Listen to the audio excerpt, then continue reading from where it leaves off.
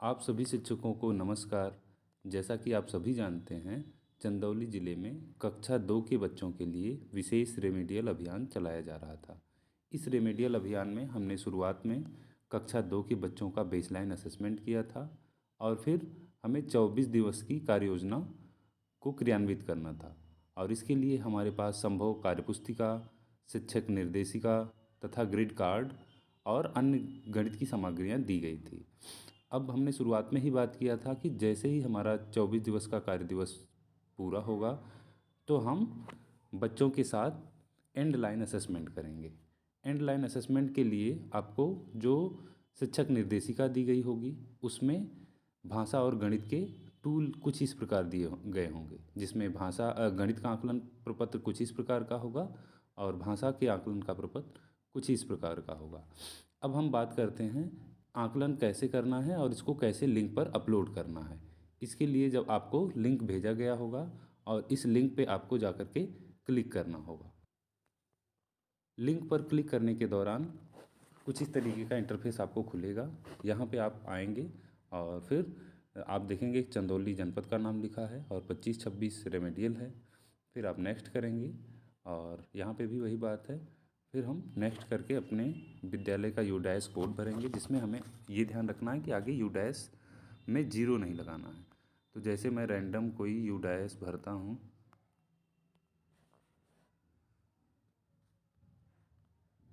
और फिर सभी जानकारी ठीक है तो ओके करके आगे बढ़ जाइए। फिर आप असिस्टेंट टीचर हैं, ये जो आकलन कर रहे हैं उनका पद चयन करिए, फिर अपना नाम भरिए।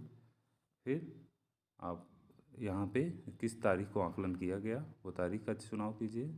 फिर आप कक्षा का चयन कीजिए, फिर आगे बढ़िए। जितने बालक नामांकित हैं आपके यहाँ, बालकों की संख्या भरिए और बालिकाओं की संख्या भरिए। मान लीजिए आपके यहाँ 5 बालक और 6 बालिकाएँ नामांकित हैं और जिन बच्चों का आकलन किया जाना है उनकी संख्या यहाँ पे दर्ज करना है। तो कोशिश ये करें कि जिस दिन आपके यहाँ ये आकलन हो रहा है सारे बच्चे उपस्थित रहें। अधिकतम बच्चों का आकलन आपको करना है। अधिकतम जितने बच्चों का आकलन हो सके उनकी संख्या यहाँ पे भरिए।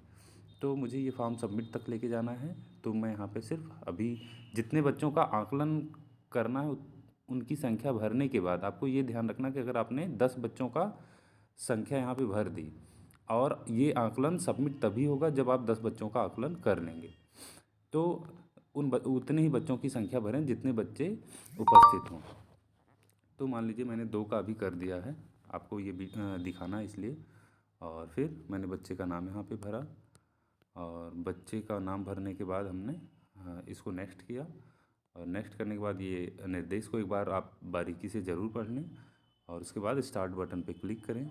स्टार्ट बटन पर आप जैसे ही क्लिक करेंगे कुछ इस तरीके का इंटरफेस खुलेगा और इसमें आप देख रहे होंगे कि कुछ चीज़ें मिसिंग हैं। इनको ले आने के लिए आपको इसको रिफ़्रेश करना पड़ेगा। रिफ़्रेश करने के लिए आपको क्या करना है कि स्क्रीन को ऊपर से नीचे की तरफ स्वाइप करें। आप देखें कि जैसे 10 शब्द आ जाएं तो आप क्या करें कि बच्चों को पढ़वाना शुरू कर दें टूल से, और बच्चा जो सही पढ़ रहा है उसको सही टिक करते जाएं।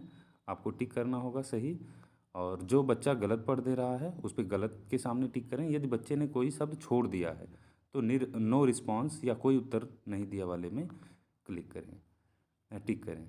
फिर आप नेक्स्ट करें।